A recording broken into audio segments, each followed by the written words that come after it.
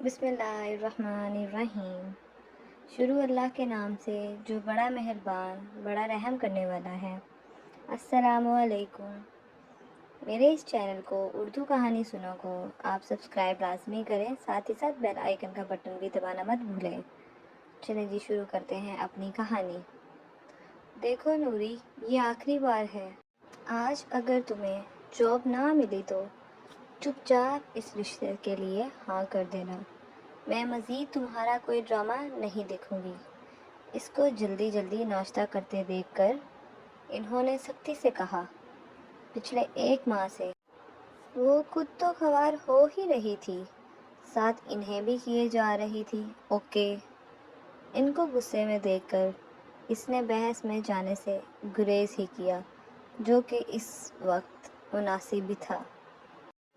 جاؤ جا کر چادر لے آؤ، میں یہ برتن سمیٹ کر دروازے بند کر لوں، میری وین آنے والی ہے۔ وہ ناشتے کے برتن اٹھا کر کچن میں چلی گئی۔ انٹرویو سے اگر جلدی فارغ ہو جاؤ تو اپنی پھپھو کے ہاتھ چلی جانا۔ جب سے وہ واپس آئی ہیں تم ایک بار بھی ان کے ہاں نہیں گئی۔ پچھلی بار بھی وہ اتنا پوچھ رہی تھی کہ میں تمہیں ساتھ لے کر کیوں نہیں گئی ان کے ہاں۔ سمرین بیگم نے گیٹ سے نکلتے ہوئے کہا، جو وہ اسکوٹی سٹارٹ کر رہی تھی۔ ایک پل کو رکی، تیور بگڑے، چہرے پر کچھ دیر پہلے والی خوشگواریت کی جگہ بیزاری اور غصے نے لے لی۔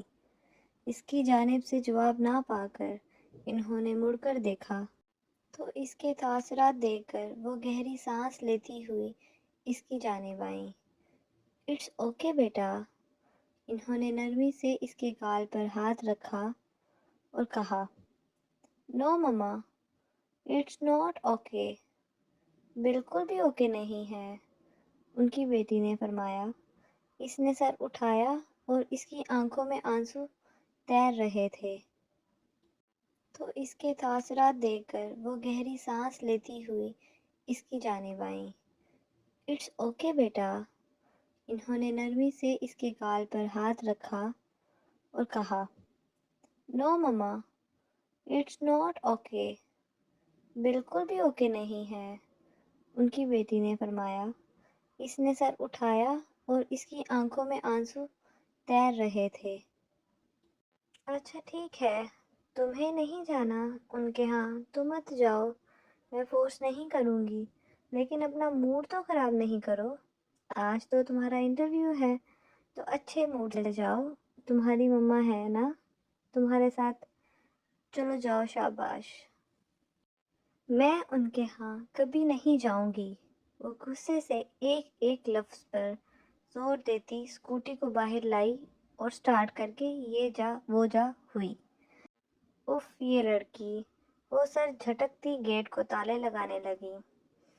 وہاں انٹرویو والی جگہ پر وہ دستک دے کر اندر آئی تو سامنے ہی 2 لوگ بیٹھے تھے۔ وہ ان کے سامنے رکھی کرسی پر جا بیٹھی۔ ان میں سے ایک نے اس کے ڈاکیومنٹس کی فائل لینے کو ہاتھ بڑھایا تو اس کانپتے ہاتھوں کو دیکھ کر اس نے اپنے ساتھی کی طرف دیکھا اور پاس پڑا پانی کا گلاس اٹھا کر اس کی جانب بڑھایا، جسے وہ ہچکچاتے ہوئے پکڑ کر پینے لگی۔ میرا نام ہارون ہے۔ اور ان کا؟ اس کی بے ساختگی سے پوچھنے پر وہ مسکرا دیا، سمان۔ اور آپ کا؟ پھر وہ بولی، سنم۔ سنم بلوچ کیا؟ اس بار ہارون کی زبان پھسلی۔ نہیں سنم نور۔ تو آپ جاب کے لیے آئی ہیں؟ جی۔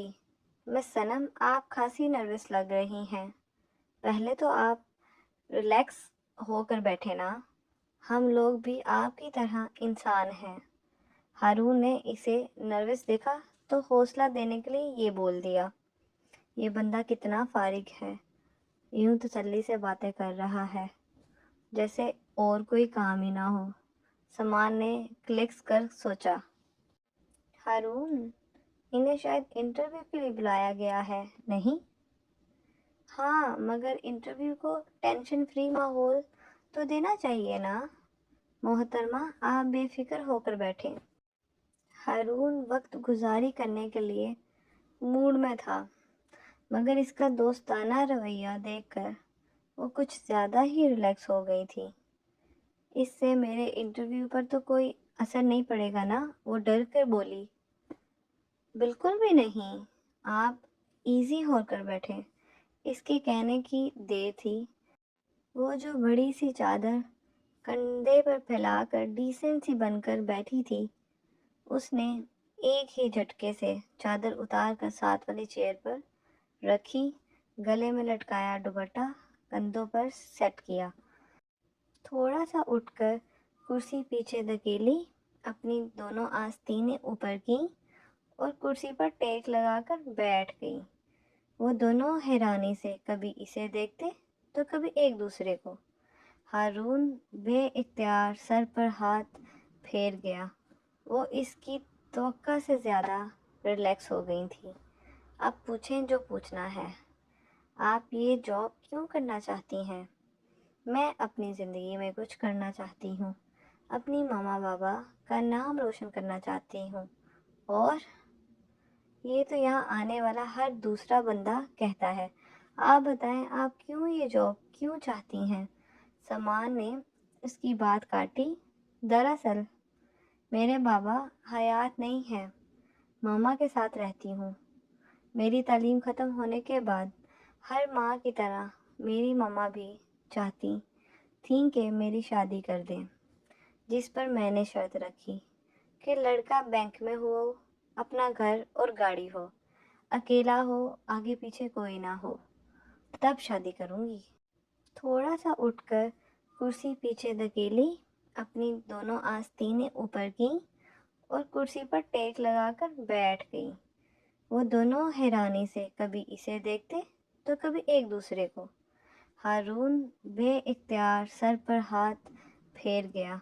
وہ اس کی توقع سے زیادہ ریلیکس ہو گئی تھی۔ اب پوچھیں جو پوچھنا ہے۔ آپ یہ جاب کیوں کرنا چاہتی ہیں؟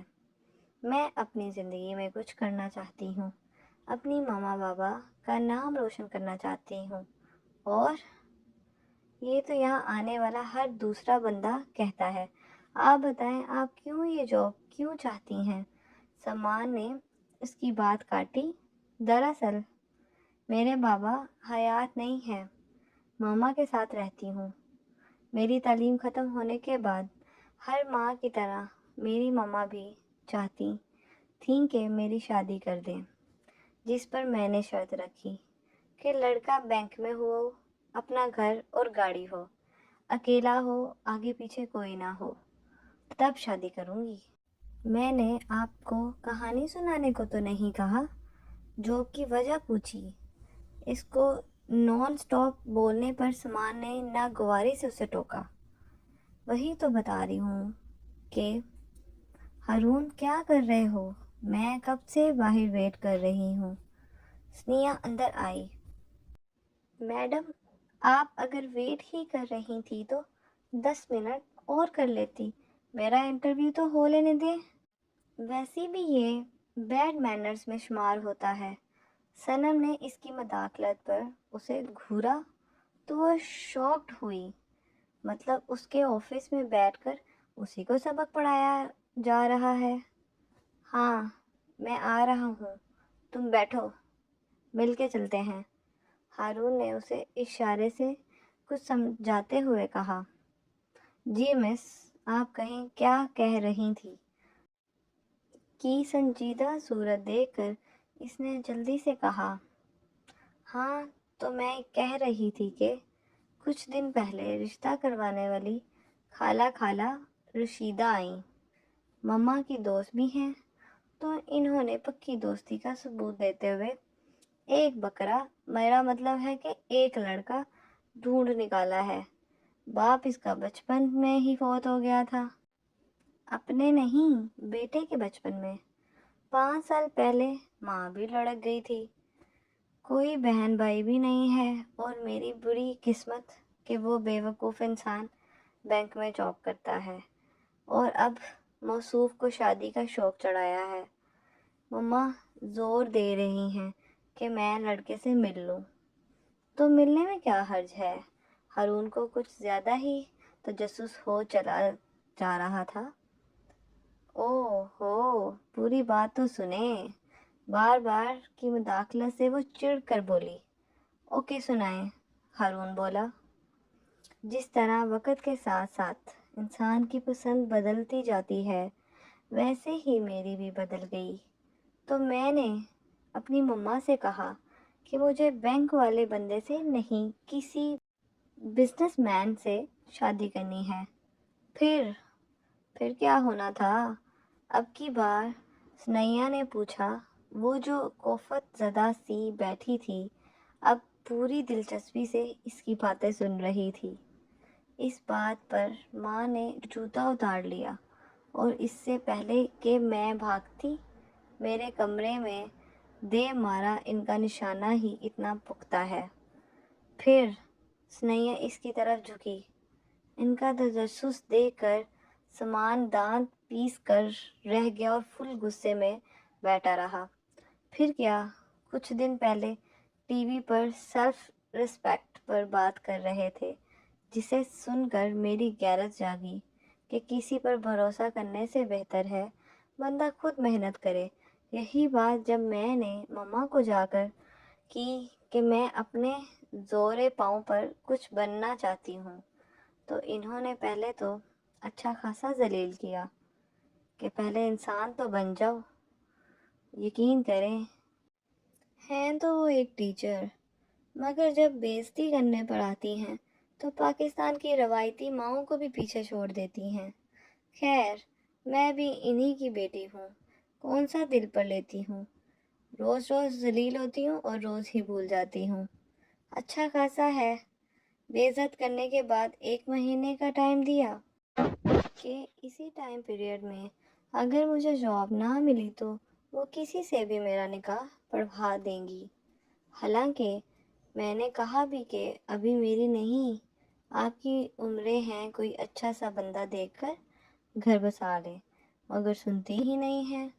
اب میں نے بھی سوچ لیا ہے، کوئی اچھا سا انکل ڈھونڈ کر ان کی شادی کروا دوں گی۔ سیریسلی؟ عثمان نے آنکھیں پھاڑی اور کہا، ہاں تو اور کیا؟ آپ لوگوں کی نظر میں اگر کوئی ہو تو بتائیے گا ضرور۔ چلیں اب مجھے آپ بتائیں، جاب دینی ہے یا نہیں؟ وہ کچھ اکتا کر بولی۔ وہ تینوں کے تینوں اس کو دیکھ کر حیران پریشان رہ گئے۔ مس، ابھی کوئی ویکینسی خالی نہیں ہے جو آپ کے لیے مناسب ہو۔ آپ ایسا کریں، آپ اپنے ڈاکیومنٹس چھوڑ جائیں، جب کوئی پوسٹ خالی ہوگی تو ہم آپ کو بلا لیں گے۔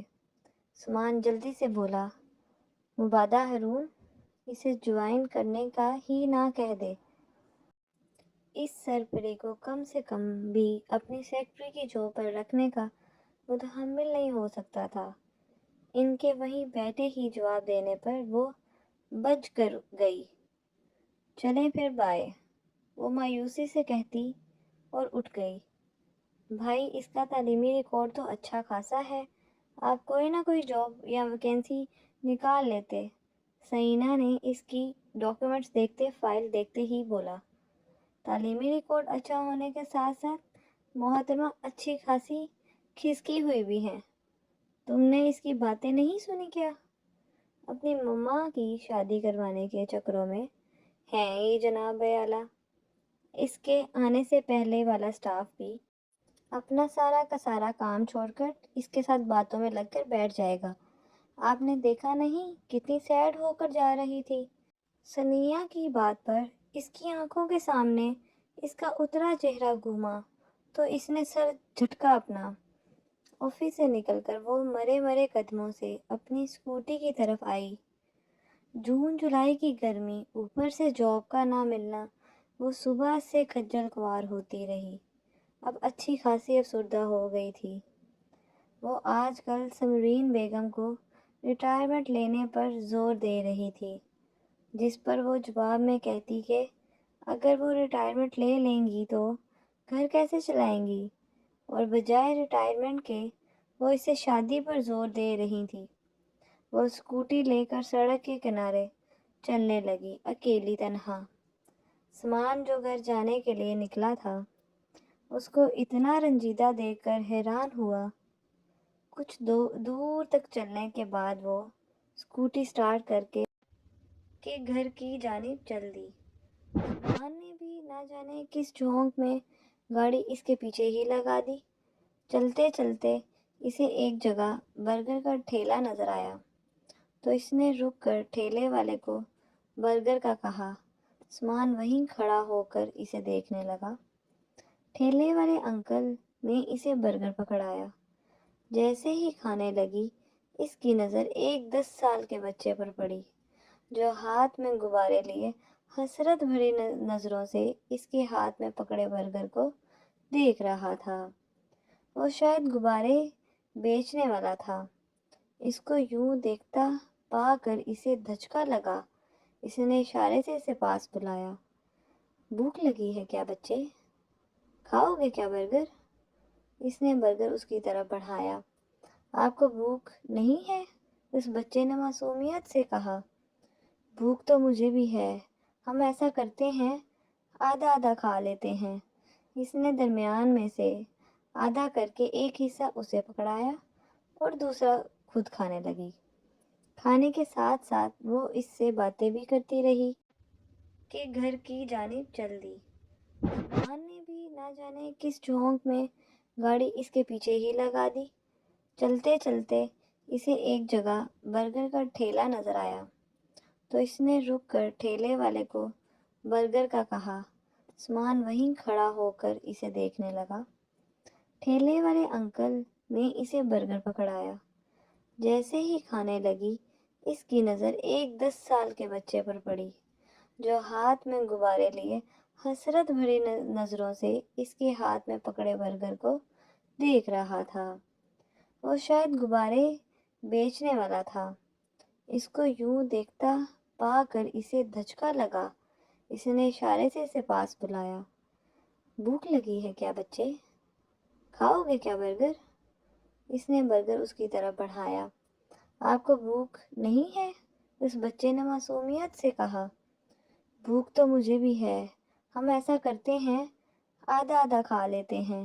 اس نے درمیان میں سے آدھا کر کے ایک حصہ اسے پکڑایا اور دوسرا خود کھانے لگی۔ کھانے کے ساتھ ساتھ وہ اس سے باتیں بھی کرتی رہی۔ جب باتیں ختم ہو گئی تو کھانا ختم کر کے اٹھنے لگی تو اپنے بیگ سے 500 کا نوٹ نکال کر اس بچے کی ہتھیلی پر رکھا تو تشکر سے اس بچے کی آنکھوں میں نمی آ گئی۔ بڑی مہربانی باجی، آج ہمارے گھر میں بھی ڈھیر سارا کھانا پکے گا۔ بہت ہی حیرانگی سے صنم نے بچے سے پوچھا، تو کیا مطلب تم لوگوں کے ہاں کھانا نہیں بنتا؟ بنتا تو ہے جی، مگر ایک وقت، دوسرے وقت اگر بچ جائے تو کھا لیتے ہیں، ورنہ ماں کہتی ہے خدا کا شکر ادا کیا کرو جس نے ایک وقت کا تو دیا ہے نا۔ اس کے معصومیت سے بھرپور جواب پر اس کی آنکھیں بھر آئیں۔ تمہارا بابا کام کیا کرتے ہیں؟ بچے نے آگے سے جواب دیا، وہ تو جی 2 سال پہلے اللہ میاں کے پاس چلے گئے۔ اوہ سوری، تم رکو میں آتی ہوں۔ وہ پلٹ کر ٹھیلے والے کے پاس طرف گئی۔ انکل، یہ میری اسکوٹی کھڑی ہے، آپ پلیز خیال رکھیے گا۔ وہ انکل ان کے محلے کے ہی تھے، اس لیے وہ اتنا فری ہو کے ان سے بات کر رہی تھی۔ تو وہ انکل اسے اچھے سے جانتے تھے، اس لیے انہوں نے سر ہلا دیا۔ وہ اسے لے کر پاس کے ہی جنرل اسٹور پر آئی۔ خشک سودا شیلف میں سب چیزیں تھوڑی تھوڑی لے کر اسے دے دی، کیونکہ اس وقت اس کے پاس بھی اتنے پیسے نہیں تھے۔ پرس میں بمشکل 2000 رکھتی تھی۔ میرے پاس ابھی زیادہ پیسے نہیں ہیں، تم یہ اتنا ہی لے جاؤ، میں پھر تمہیں لے دوں گی، ٹھیک ہے؟ اس کی طرف شاپر بڑھاتے ہوئے کہا، کیسے لے کر جاؤ گے یہ تو تم سے اٹھائے بھی نہیں جا رہے۔ آؤ میں تمہیں چھوڑ آتی ہوں۔ سودا اپنی اسکوٹی پر جیسے تیسے ایڈجسٹ کیا، بچے کو پیچھے بٹھایا اور اس کو راستہ بتانے کا کہا۔ 15 سے 20 منٹ چلنے کے بعد وہ ایک کچی آبادی کی طرف داخل ہوئی۔ 2 گلیاں کراس کر کے ایک گھر کے سامنے اس نے اسکوٹی رکوائی۔ عثمان، جو صرف ٹائم پاس کے لیے اس کے پیچھے لگا تھا، اب پوری دلچسپی سے اس کے پیچھے آ رہا تھا۔ وہ بھی کچھ دور گاڑی روک کر کھڑا ہو گیا۔ باجی، آپ اندر نہیں آؤ گی؟ بچے نے اس کو شوپر اتارتے دیکھ کر پوچھا۔ نہیں، میں اب چلتی ہوں۔ باجی پانی تو پیے نا، میں آپ کو اماں سے بھی ملواؤں گا، وہ بہت خوش ہوں گی۔ نہیں بیٹا، میں کافی دیر سے نکلی ہوئی ہوں، میری مما پریشان ہو رہی ہوں گی، میں دوبارہ آ جاؤں گی، ٹھیک ہے؟ اب تم جاؤ۔ پکا نہ آ پائیں گی؟ ہاں پکا آؤں گی، ایک ہی بار تم سے یہ نہیں جائے گا، 2 چکر لگا لو، میں یہیں کھڑی ہوں۔ اس کے بال بگاڑتے ہوئے صنم نے مسکرا کر کہا تو وہ خوش ہوتا ہوا اندر چلا گیا۔ یہ تو تم سے اٹھائے بھی نہیں جا رہے، آؤ میں تمہیں چھوڑ آتی ہوں۔ سودا اپنی اسکوٹی پر جیسے تیسے ایڈجسٹ کیا، بچے کو پیچھے بٹھایا اور اس کو راستہ بتانے کا کہا۔ 15 سے 20 منٹ چلنے کے بعد وہ ایک کچی آبادی کی طرف داخل ہوئی۔ 2 گلیاں کراس کر کے ایک گھر کے سامنے اس نے اسکوٹی رکوائی۔ عثمان، جو صرف ٹائم پاس کے لیے اس کے پیچھے لگا تھا، اب پوری دلچسپی سے اس کے پیچھے آ رہا تھا۔ وہ بھی کچھ دور گاڑی روک کر کھڑا ہو گیا۔ باجی، آپ اندر نہیں آؤ گی؟ بچے نے اس کو شوپر اتارتے دیکھ کر پوچھا۔ نہیں، میں اب چلتی ہوں۔ باجی پانی تو پیے نا، میں آپ کو اماں سے بھی ملواؤں گا، وہ بہت خوش ہوں گی۔ نہیں بیٹا، میں کافی دیر سے نکلی ہوئی ہوں، میری مما پریشان ہو رہی ہوں گی، میں دوبارہ آ جاؤں گی، ٹھیک ہے؟ اب تم جاؤ۔ پکا نہ آ پائیں گی؟ ہاں پکا آؤں گی، ایک ہی بار تم سے یہ نہیں جائے گا، 2 چکر لگا لو، میں یہیں کھڑی ہوں۔ اس کے بال بگاڑتے ہوئے صنم نے مسکرا کر کہا تو وہ خوش ہوتا ہوا اندر چلا گیا۔ یہ تو تم سے اٹھائے بھی نہیں جا رہے، آؤ میں تمہیں چھوڑ آتی ہوں۔ سودا اپنی اسکوٹی پر جیسے تیسے ایڈجسٹ کیا، بچے کو پیچھے بٹھایا اور اس کو راستہ بتانے کا کہا۔ 15 سے 20 منٹ چلنے کے بعد وہ ایک کچی آبادی کی طرف داخل ہوئی۔ 2 گلیاں کراس کر کے ایک گھر کے سامنے اس نے اسکوٹی رکوائی۔ عثمان، جو صرف ٹائم پاس کے لیے اس کے پیچھے لگا تھا، اب پوری دلچسپی سے اس کے پیچھے آ رہا تھا۔ وہ بھی کچھ دور گاڑی روک کر کھڑا ہو گیا۔ باجی، آپ اندر نہیں آؤ گی؟ بچے نے اس کو شوپر اتارتے دیکھ کر پوچھا۔ نہیں، میں اب چلتی ہوں۔ باجی پانی تو پیے نا، میں آپ کو اماں سے بھی ملواؤں گا، وہ بہت خوش ہوں گی۔ نہیں بیٹا، میں کافی دیر سے نکلی ہوئی ہوں، میری مما پریشان ہو رہی ہوں گی، میں دوبارہ آ جاؤں گی، ٹھیک ہے؟ اب تم جاؤ۔ پکا نہ آ پائیں گی؟ ہاں پکا آؤں گی، ایک ہی بار تم سے یہ نہیں جائے گا، 2 چکر لگا لو، میں یہیں کھڑی ہوں۔ اس کے بال بگاڑتے ہوئے صنم نے مسکرا کر کہا تو وہ خوش ہوتا ہوا اندر چلا گیا۔ تھوڑی ہی دیر بعد بچہ واپس آیا تو اس کے ساتھ ایک 7-8 سال کی بچی بھی تھی۔ اس نے دونوں کو شوپر پکڑائے اور خود واپس پلٹ آئی۔ مجھے تو بیوقوف سی لگی تھی، مگر یہ تو ہم سے زیادہ سمجھدار اور نرم دل ہے۔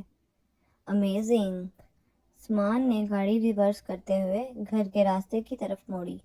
وہ نہیں جانتا تھا کہ سمجھداری کتنی ٹھوکریں کھانے کے بعد حاصل ہوئی ہے۔